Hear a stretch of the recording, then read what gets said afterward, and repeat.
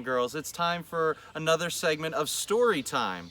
And so just as a reminder, this is the children's Bible that I grew up with. I have very vivid memories of reading through this on Saturday mornings. And so this is from Zonder Kids, and we're going to just continue on through our story in the Bible.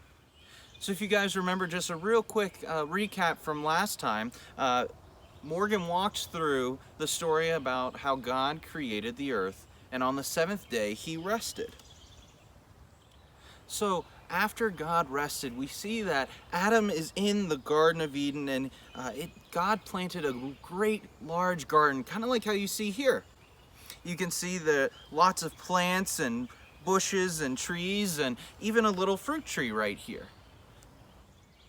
Now Adam loved his new job, and his job was to take care of all of the animals and the garden that God had planted for him. We can see him here with a nice bird and a butterfly. And so his job was not only to take care of them, but to name them. And so Adam, while he was naming all of the creatures, like the bunny rabbits and the dogs and the cats, he also had to try and find a friend. But none of the animals was a best friend for him. And so God, because he didn't want Adam to feel lonely, created a woman, and she was named Eve. And so they were perfect for each other. They loved each other so much, and together they took care of the Garden of Eden, as you can see here. Now this garden had lots of trees with fruit that Adam and Eve could eat. But there was one tree called the tree of knowledge of good and evil that Adam and Eve could not eat from. And we can see that tree here. Well, Eve was out walking in the garden one day, and she was near that tree of knowledge of good and evil, that tree they weren't allowed to eat from. And there was this sneaky, slitherly little snake. And he kind of hissed in her ear, "Did God really say that you couldn't eat from this tree?" And so Eve said right back to this slitherly little sneaky snake and said, "Yes, God said we could eat all the fruit of the garden except for the fruit of the tree of knowledge of good and evil."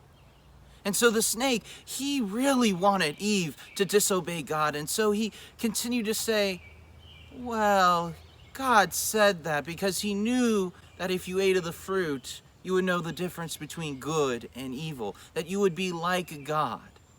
And so we can see that conversation right here. And so Eve looked at the fruit, and the fruit looked really good to eat. It looked like it would taste good. And so she took one of the pieces of fruit and ate it. And she saw that it tasted very good, and so she gave some to Adam, her husband. And Adam said, "Okay." And he took a bite. And so in that moment, both of them disobeyed God's one command for them. So as evening was coming, God walked in the garden. He wanted to talk with Adam and Eve. But Adam and Eve heard him walking in the garden, and they hid in fear. They were afraid of God. So God calls out to them and says, "Where are you?" Or Adam shouts out saying, "We are hiding, for we're afraid that we're naked." And God said, "What did you guys do? Who told you you were naked?" And that's when they began what I call the blame game. Maybe you've experienced this, where you blame your siblings or your brothers and sisters, saying, "They told me to do it." And that's what happened here. Adam said, "Well, Eve gave me the fruit to eat and told me to eat it." And then Eve said, "Well, the snake told me to eat it." And so God was not too happy with what had happened. And so he began to give them some punishment. God told the snake that because of what he had done, he had to slither on the ground the rest of his life. And then for Adam and Eve, he banished them from that beautiful garden, the garden where anything they needed was there for them. And so God kicked Adam and Eve out of the Garden of Eden.